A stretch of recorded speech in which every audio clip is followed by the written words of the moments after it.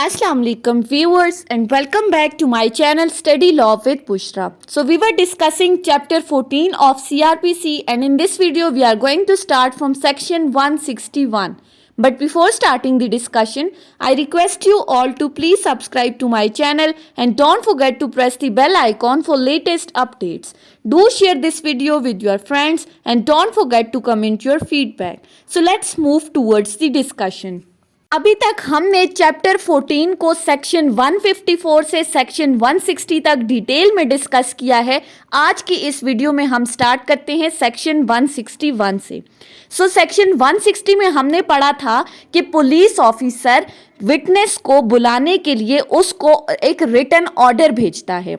Section 161 बात करती है कि जब वो विटनेस पुलिस ऑफिसर के सामने पेश हो जाता है तो फिर पुलिस ऑफिसर उसकी स्टेटमेंट रिकॉर्ड करेगी। Section 161 deals with examination of witness bye police के विटनेस का एग्जामिनेशन करेगी पुलिस। अब कैसे करेगी? क्लॉज 1 कहती है any police officer making an investigation under this chapter और एनी पुलिस ऑफिसर, पहली बात कि वो पुलिस ऑफिसर जो इस चैप्टर के अंदर जिसको ऑथराइज किया गया है इन्वेस्टिगेशन करने के लिए, and secondly or any police officer not below such rank as the provincial government may by general or special order prescribed in this behalf, या फिर वो पुलिस ऑफिसर जिसकी रैंक को प्रोविंशियल गवर्नमेंट ने बताया है किसी भी जनरल या स्पेशल ऑर्डर के through, acting on the requisition of such officer may examine orally any person supposed to be acquainted with the facts and circumstances of the case।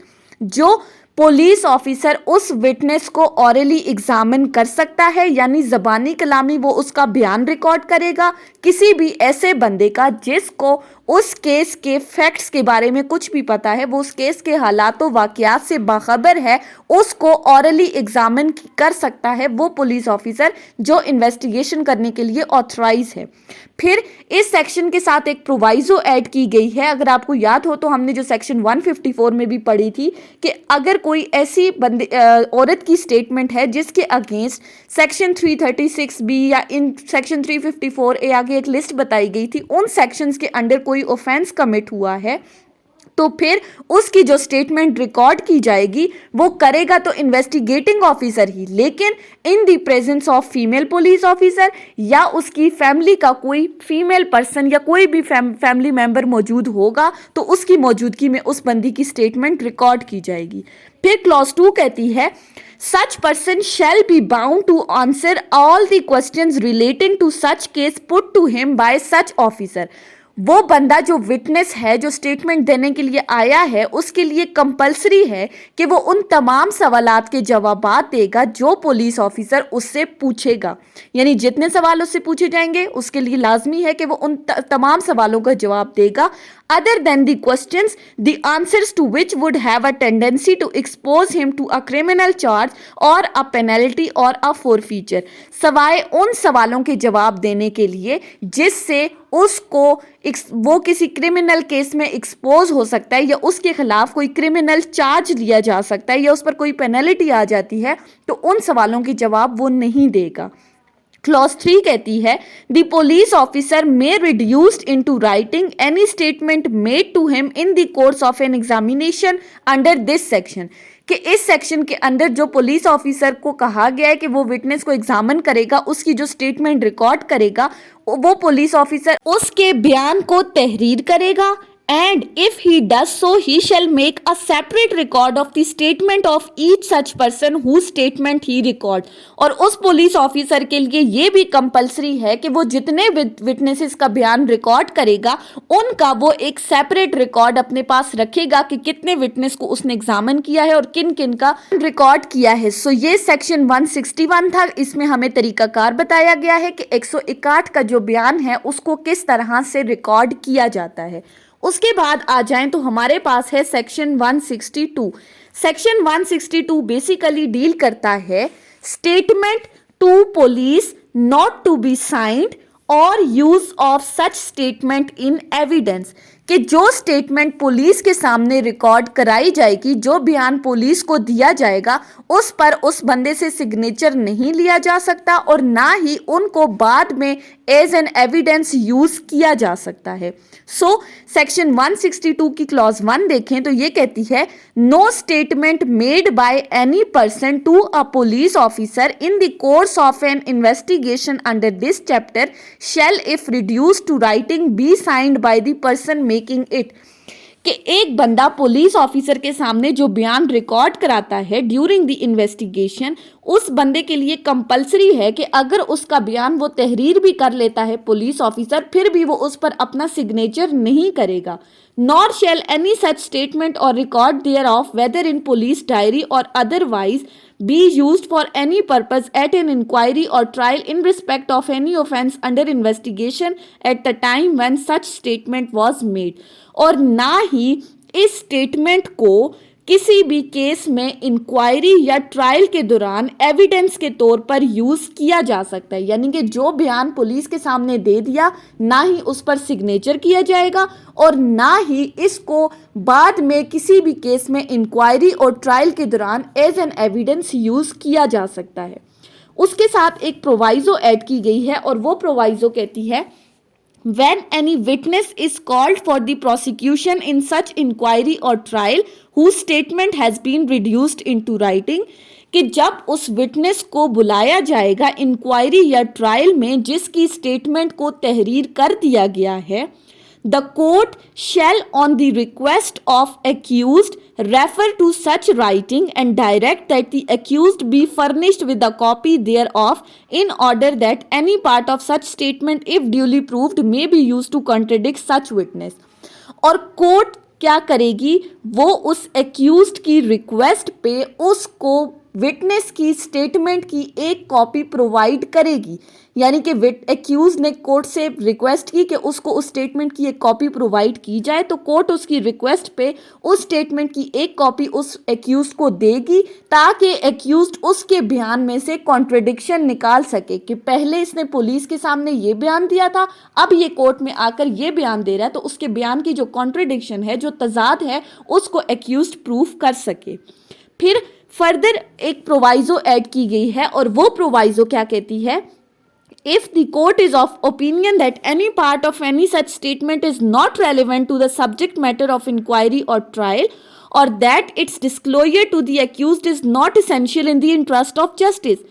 अगर court को ये लगता है कि उस विटनेस की स्टेटमेंट का कुछ हिस्सा इंक्वायरी और ट्रायल के साथ रेलेवेंट नहीं है या फिर इसको डिस्क्लोज करना एक्यूज्ड के सामने ज़रूरी नहीं है, इंटरेस्ट ऑफ जस्टिस में नहीं आता, तो ऐसी सूरत में the court shall record such opinion and shall exclude such part from the copy of statement furnished to the accused. तो कोर्ट अपना ये ओपिनियन रिकॉर्ड कराएगी और साथ ही साथ उसकी स्टेटमेंट में से जो कॉपी एक्यूज्ड को प्रोवाइड की गई है, उस कॉपी ऑफ द स्टेटमेंट में से उस पार्ट को एक्सक्लूड कर देगी जो part subject matter of inquiry और ट्रायल के साथ रेलेवेंट नहीं है। उसके बाद आ जाते हैं सेक्शन 163 के ऊपर। सेक्शन 163 बात करता है no inducement to be offered. अब इसमें कहा गया है कि विटनेस जब पुलिस के सामने अपना बयान रिकॉर्ड करेगा तो उसको किसी भी तरह से मजबूर नहीं किया जा सकता। यानी कि पुलिस ऑफिसर उसको ये नहीं कह सकता कि आप मेरी मर्जी का बयान दो बजाय इसके कि जो आप कहना चाहते हो। यानी कि आप उसको मजबूर नहीं कर सकते, वो जो बयान रिकॉर्ड कराएगा वो अपनी फ्री विल के साथ कराना चाहिए। सो क्लॉज 1 कहती है police officer or other person in authority shall offer or make or cause to be offered any such inducement threat or promise as is mentioned in Qanun Shahadat article 37 कि कोई भी पुलिस ऑफिसर या कोई भी पर्सन जिसको authority दी गई थी इस चैप्टर के अंदर, उसके लिए कंपलसरी है कि वो किसी भी विटनेस को किसी भी तरह की इंड्यूसमेंट थ्रेट या प्रॉमिस ऑफर नहीं कर सकता। यानी कि उसको मजबूर करा के अपनी मर्जी का बयान उससे नहीं दिलवा सकते, ना ही आप उसको धमकी देकर उससे कोई बात निकलवा सकते हैं, या फिर अगर आप उसको ये कहें कि तुम ये बयान दे दो बाद में हम तुम्हें बचा लेंगे, उसके साथ ऐसी किसी तरह का कोई प्रॉमिस करें, वो तमाम चीज़ें जो कानून शहादत के आर्टिकल 37 में एक्सप्लेन की गई हैं, तो ये चीज़ें टोटली प्रिवेंटिव हैं इस सेक्शन के अंडर कि आप ऐसा कुछ नहीं कर सकते। ज़रूरी है कि जब भी विटनेस पुलिस के सामने अपना बयान देने के लिए आए वो अपनी फ्री विल, अपनी फ्री कॉन्सेंट के साथ आए। सो क्लॉज 2 कहती है, but no police officer or other person shall prevent any person from making in the course of investigation any statement which he may be disposed to make of his own free will। वही बात कि ना तो police officer और ना ही कोई दूसरा बंदा, उनके लिए कंपलसरी है कि वो उस बंदे को नहीं रोक सकते कि वो पुलिस के सामने अपनी मर्जी का कोई भी बयान दे। यानी कि अगर वो फ्री विल से आया है, अपनी मर्जी से बयान देने के लिए आया है, आप उसको रोक दो कि तुम ये बयान ना दो, बल्कि जो बात हम तुम्हें कह रहे हैं वो बात जाकर करो। सो ऐसा नहीं होगा।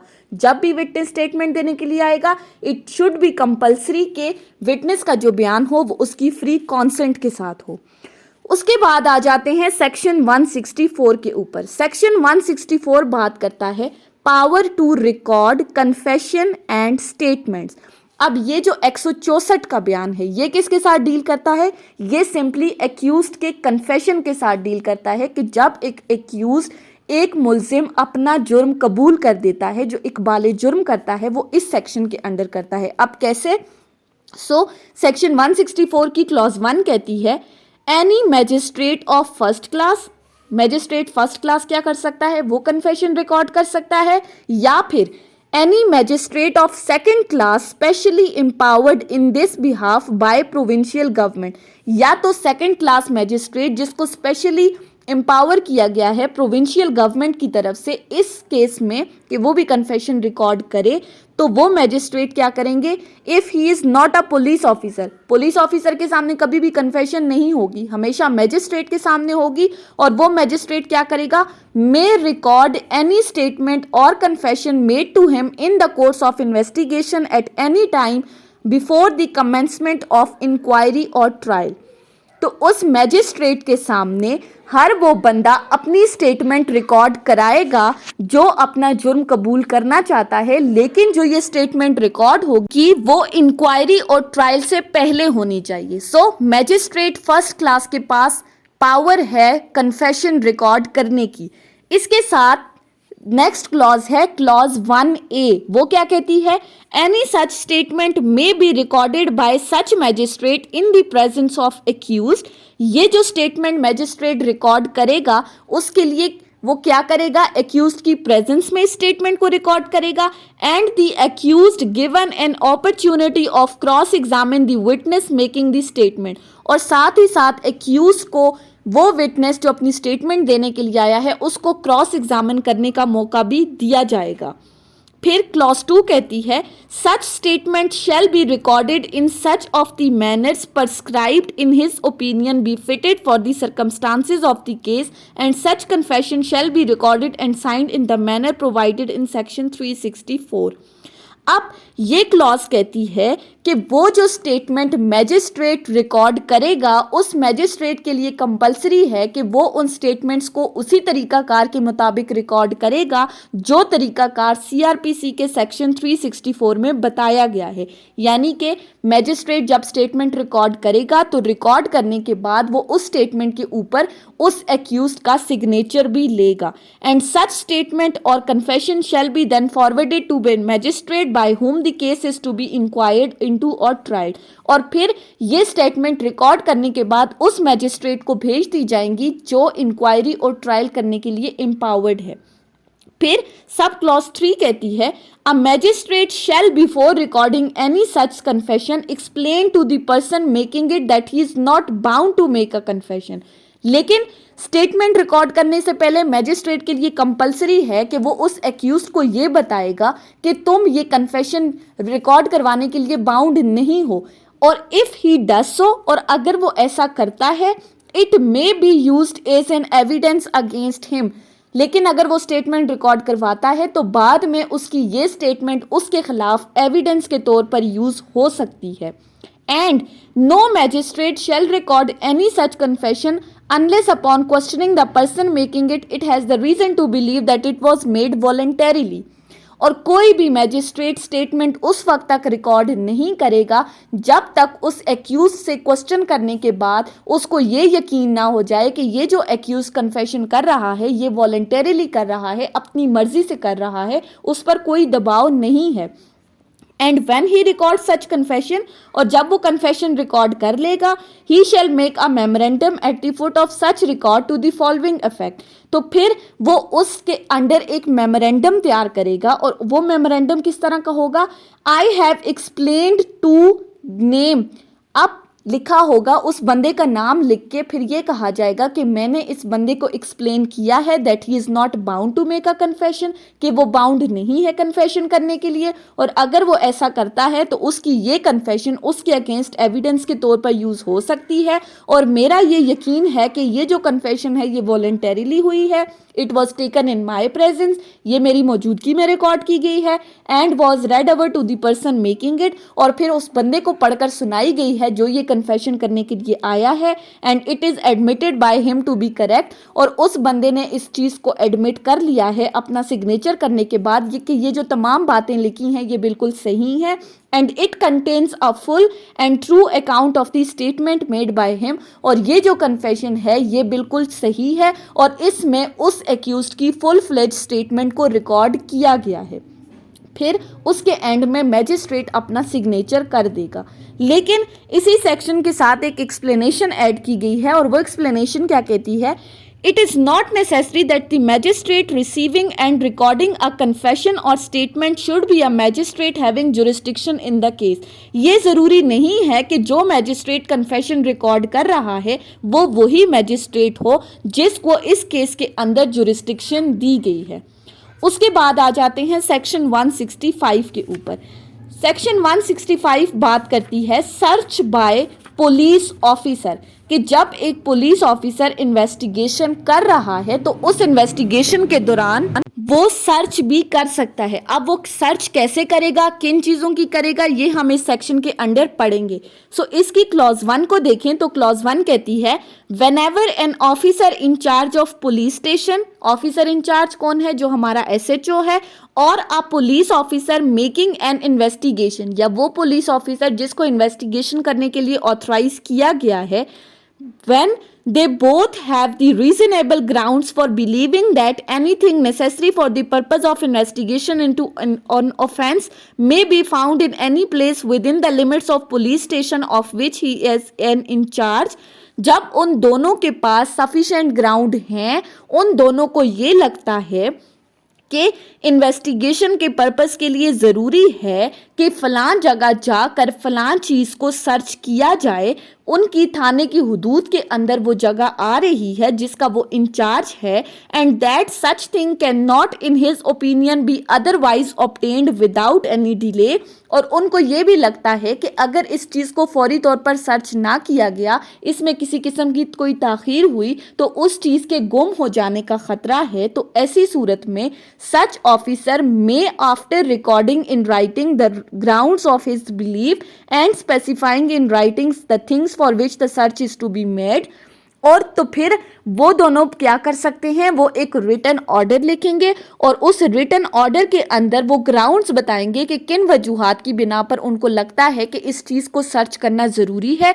साथ ही साथ वो उस चीज़ का भी जिक्र करेंगे जिसको सर्च करना है कि ये चीज़ उनकी थाने की हुदूद के अंदर आ रही है। सिंपली जब कभी भी SHO या इन्वेस्टिगेटिंग ऑफिसर को ये लगता है कि किसी चीज़ को सर्च करने के रीज़नेबल ग्राउंड्स मौजूद हैं और अगर इस चीज़ को विद इन टाइम सर्च ना किया गया तो इस चीज़ के ख़राब होने का या गुम हो जाने का अंदेशा है, तो ऐसी सूरत में वो एक रिटन ऑर्डर दे सकते हैं जिसके अंदर वो स्पेसिफाई करेंगे कि किस चीज़ को सर्च करना है, किस जगह को सर्च करना है और किन वजूहात की बिना पर ये सर्च करनी ज़रूरी है। वो तमाम चीज़ें वो उस ऑर्डर में लिख देंगे।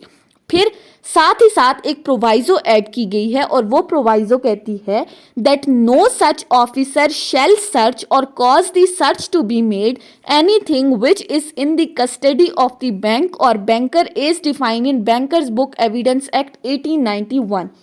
लेकिन कोई भी ऑफिसर किसी भी ऐसी चीज़ या जगह को सर्च नहीं कर सकता जो चीज़ किसी बैंकर की कस्टडी में है and relates or might disclose any information which relates to the bank account of any person, या फिर वो सर्च किसी ऐसी चीज से मुतालिक है जो कि किसी बंदे के बैंक अकाउंट से रिलेटेड किसी भी किस्म की कोई इंफॉर्मेशन डिस्क्लोज कर रही है, तो पुलिस ऑफिसर ऐसी सर्च नहीं करेंगे एक्सेप्ट, लेकिन साथ ही कुछ एक्सेप्शंस ऐड कर दी गई हैं। और पहली एक्सेप्शन क्या है? For the purpose of investigating an offence under section 403, 406, 408, 409, section 421 to 424, section 465 to 477A of PPC, अगर इन सेक्शंस के अंडर आपने इन्वेस्टिगेशन करनी है ऑल्दो कि वो चीज़ बैंकर की कस्टडी में है, तो फिर ऐसी सूरत में you have to take the pure permission from the session जज। आपने सेशन जज से एक रिटन परमिशन लेकर आनी है, तभी आप उस चीज़ को सर्च कर सकते हैं।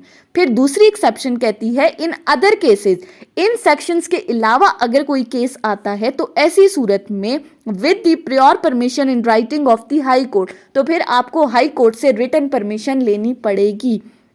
फिर क्लॉज 2 कहती है a police officer proceeding under sub section 1 shall conduct the search in person.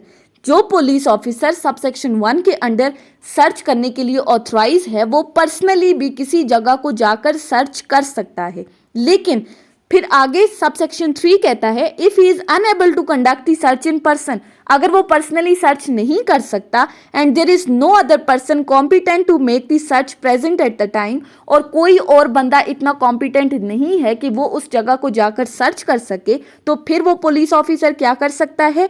He may after recording in writing his reasons for doing so require any officer subordinate to him to make the search, तो फिर वो एक written order लिखेगा जिसमें वो reasons बताएगा कि वो खुद पर्सनली क्यों नहीं सर्च कर सकता, और साथ ही साथ अपने एक सबऑर्डिनेट ऑफिसर को कहेगा कि वो उस जगह को जाकर सर्च करें। उस सबऑर्डिनेट ऑफिसर को वो अपना ये ऑर्डर डिलीवर करेगा और इस ऑर्डर के अंदर वो स्पेसिफाई करेगा कि किस जगह को जाकर सर्च करना है, और फिर वो subordinate officer may thereupon search for such thing in such place, फिर वो सबऑर्डिनेट ऑफिसर जाकर उस जगह को सर्च कर सकता है और जिस चीज को सर्च करना है। क्लॉज 4 क्या कहती है?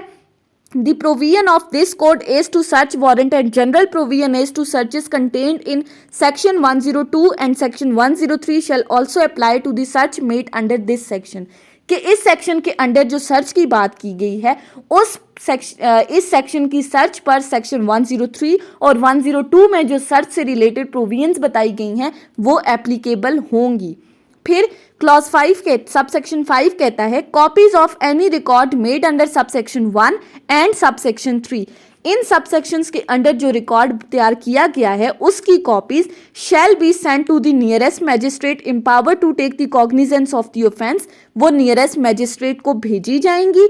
And the owner of the occupier of the place searched shall on application be furnished with the copy of same by magistrate, और साथ ही साथ फिर ये मैजिस्ट्रेट इस रिकॉर्ड की एक कॉपी उस जगह के मालिक को भी भेजेगा, लेकिन साथ एक प्रोवाइजो ऐड की गई है that he shall pay for the same unless the magistrate for some special reason thinks fit to furnish it free of cost, लेकिन उस ऑक्युपायर को पहले इस चीज़ की फ़ी पे करनी होगी तब उसे ये कॉपी प्रोवाइड की जाएगी। लेकिन अगर मैजिस्ट्रेट किसी तौर पर सही समझता है तो फिर उसको फ्री ऑफ कॉस्ट इस नोटिस की, इस रिकॉर्ड की कॉपीज़ भी दी जा सकती हैं।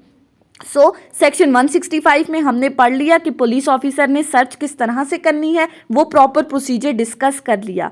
सो ये थी हमारी आज की डिस्कशन सेक्शन 161 से 165 के ऊपर। नेक्स्ट वीडियो में हम सेक्शन 166 से डिस्कस करेंगे। सो आई होप कि आपको ये लेक्चर समझ में आया होगा। अगर आपने वीडियो को अटेंटिवली सुना है तो अगर आपको ये वीडियो अच्छी लगी है तो इस वीडियो को लाइक करें, कॉमेंट करें और चैनल को ज़रूर सब्सक्राइब करें। Thank you so much for watching. अल्लाह हाफिज़।